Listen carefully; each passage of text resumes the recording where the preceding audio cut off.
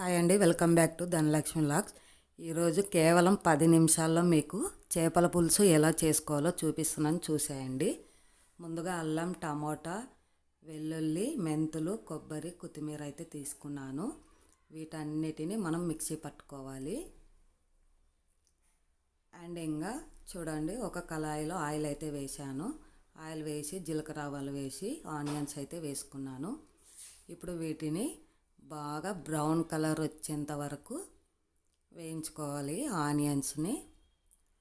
తర్వాత brown colour వచ్చేసిన తర్వాత టమోటా అయితే వేసుకోవాలి.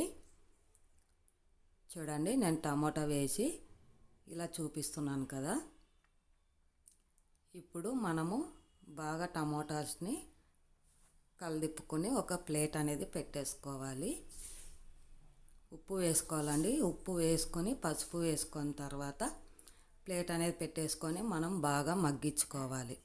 అలాగే ఫస్ట్ టైం మన ఛానల్ చూస్తున్న వారైతే లైక్ చేయండి, షేర్ చేయండి. మరిన్ని వీడియోస్ కోసం మన ఛానల్ని సబ్స్క్రైబ్ చేసుకోండి. వీడియోని అయితే స్కిప్ చేయకండి. స్కిప్ చేసుకుంటూ చూసారంటే మీకు అర్థం కాదు. అలాగే మీ వంట కూడా చెడిపోతుంది, బాగా నీట్గా రాదండి. చూడండి, ఇప్పుడు ప్లేట్ పెట్టేసుకుని తర్వాత మనము చింతపండు అనేది ఒక గిన్నెలో ఒక పిడికెడంతా నానబెట్టుకోవాలి. దాన్ని ఇలా వాటర్ తీసేసుకోవాలి, చింతపండు పులుసు అనేది. ఇప్పుడు చూడండి, ప్లేట్ తీసి చూస్తే టమోటాస్ ఎలా ఉన్నాయో వీటన్నిటిని కొంచెం గరిటెతో ఇలా అంటే మెత్తగా అవుతుంది.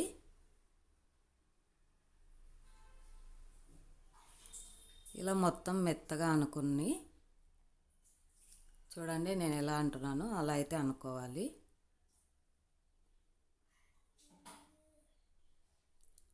ఇలా అనుకున్న తర్వాత మనము మసాలాలన్నీ పేస్ట్ అయితే చేసుకున్నాం కదా, ఆ పేస్ట్ అయితే వేసుకోవాలి. చూడండి, ఆ పేస్ట్ని కూడా బాగా కలిదిప్పుకోవాలండి. ఇలా తిప్పుకున్న తర్వాత అది కూడా బాగా మెల్ట్ అవ్వాలి. బాగా మెల్ట్ అవ్వి పైకి ఆయిల్ తేలేంత వరకు మనమైతే ఈ పేస్ట్ని కూడా ఇలా అయితే చేసుకోవాలి. కాకపోతే ఒక్క 5 మినిట్స్ ప్లేట్ పెట్టి తీసేసామంటే మనకు బాగా సరిపోతుంది. చూడండి, ఇప్పుడు ఆయిల్ అయితే మనకు కనిపిస్తుంది కదా పైన.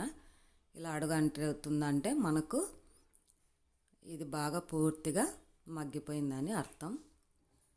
ఇప్పుడు కారం మనకు రుచికి సరిపడా వేసుకోవాలి. అండ్ ఇంకా ధనియాల పౌడర్,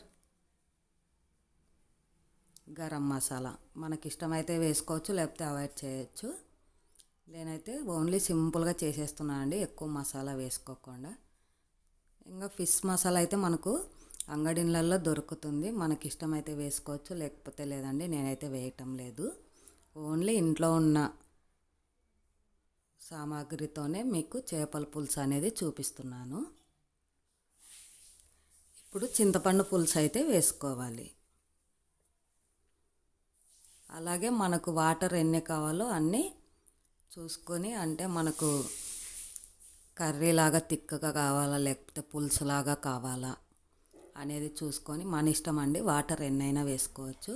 ముందుగా మనం మిక్సీ పట్టాం కదా, ఆ మిక్సీ దాంట్లోకి నేను కొన్ని వాటర్ అనేది వేసుకొని ఇలా ఒక 10 మినిట్స్ అయితే ఉడికించేసుకుంటున్నాను. చూడండి, ఎంత బాగా ఉడికిపోయిందో కదా, మీరు పైన చూస్తున్నారు కదా, ఆయిల్ అయితే తేలుతుంది. ఇప్పుడు మనం చేపల ముక్కలు అనేటివి వేసుకోవాలి.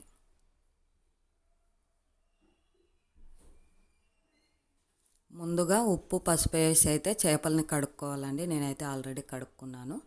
వీటన్నిటిని ముక్కలను వేసిన తర్వాత మీరైతే ప్లేట్ అనేది పెట్టకూడదు.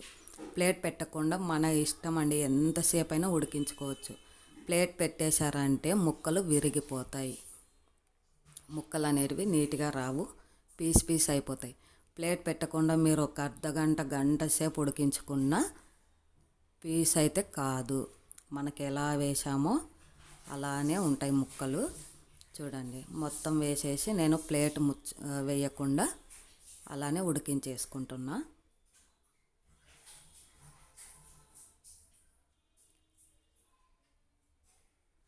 చూడండి బాగా ఉడికిపోయి ఆయిల్ అయితే తేలింది కదా.